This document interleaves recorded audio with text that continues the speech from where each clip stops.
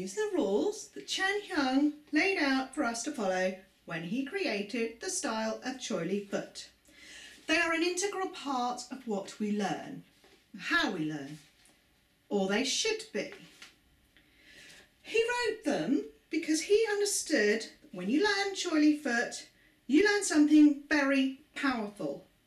Even if you learn just one punch, that gives you power. Let me show you one punch. With that one punch, I can maybe knock you out, break your nose. That got you in the chest, that put you in a lot of pain on the ground, possibly even break your ribs. One punch, a lot of power. Some people like to think these rules, they don't apply to them. Well, they shouldn't have to think about them because they're just learning for a bit of fun. It's just a hobby. I do not talk about these rules to ruin your fun. Chan Heung did not create these rules to ruin your fun. He wrote them because he understood that whatever you learn, however little you learn, this gives you power. The power to injure, to maim, and even to kill. These rules, they do not say that if you're just doing this for a hobby, if it's a little too hard for you to think about, you can ignore them. What you learn, so powerful, so potentially deadly, that if these rules are just a bit too much for you to think about, you have no business learning Choy Li Fut. None! You must be careful how you use this power. You must learn to use it in a responsible way, and mostly you need to learn not to use it. When you learn Choy Li Fut, if you learn it in a moral vacuum, you will use your power badly. If you divorce the movement you learn in Choy Li Fut from these rules, you lose sight of what Chan Heung intended when he created Choy Li Fut. And Choy Li Fut loses its soul. You lose your soul. These rules, they tell us who we need to be if we are going to learn this great power. Because it is easy to abuse power. All power can be abused, even if it is only one punch, and even only the ability to use one punch. Even if you never actually punch anybody, right? The fact that you can punch someone, can punch someone's lights out, that's enough to give you power over someone. That is enough for someone to think, I better do what this person wants or what this person says. Just the threat is enough.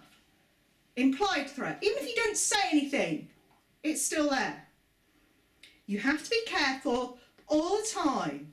Always thinking about how you behave, what you're doing.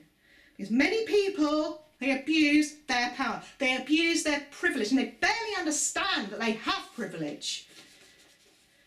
If you know you have power, it is your duty to think about how it affects others with less power. It is on you. Because you are the one with the power. That is why Chan Heung wrote these rules. If you try to replace it with something he wrote, you are changing what Choy Li Fut is for.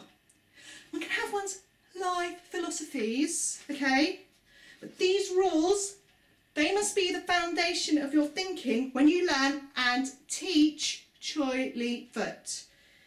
If you wish to claim to be a true inheritor of Chan Heung's teaching, you have to include these rules in your practice. And if you teach Choy Li Fut, you cannot truly claim to be passing on his legacy, as in the couplet of advice given to Chan Heung by Choy Li Fut. And if Chan Heung, he were alive today, he would be absolutely fucking appalled by what is being done to his legacy by certain people in his name.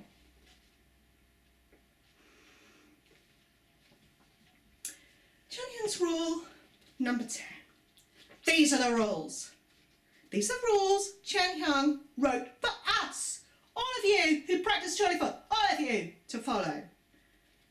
If you continually and willfully deny, dispute or break the rules or claim they're nothing to do with you, you are, within the Choy Li Fut family, a betrayer of our founder's wishes, Chan Heung, and bringing down the group's name.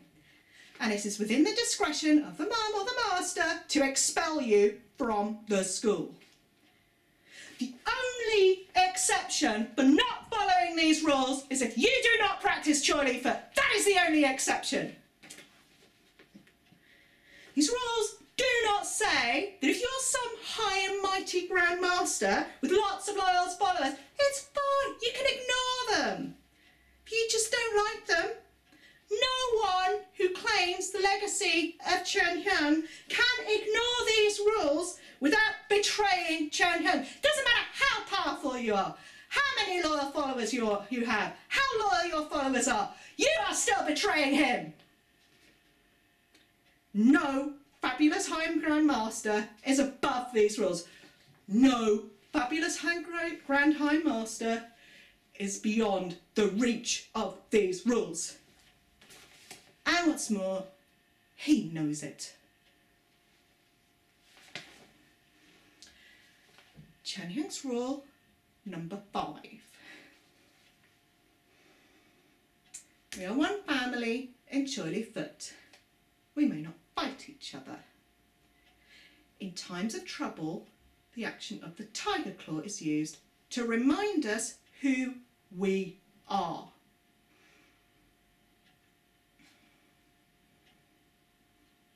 Remember who we are.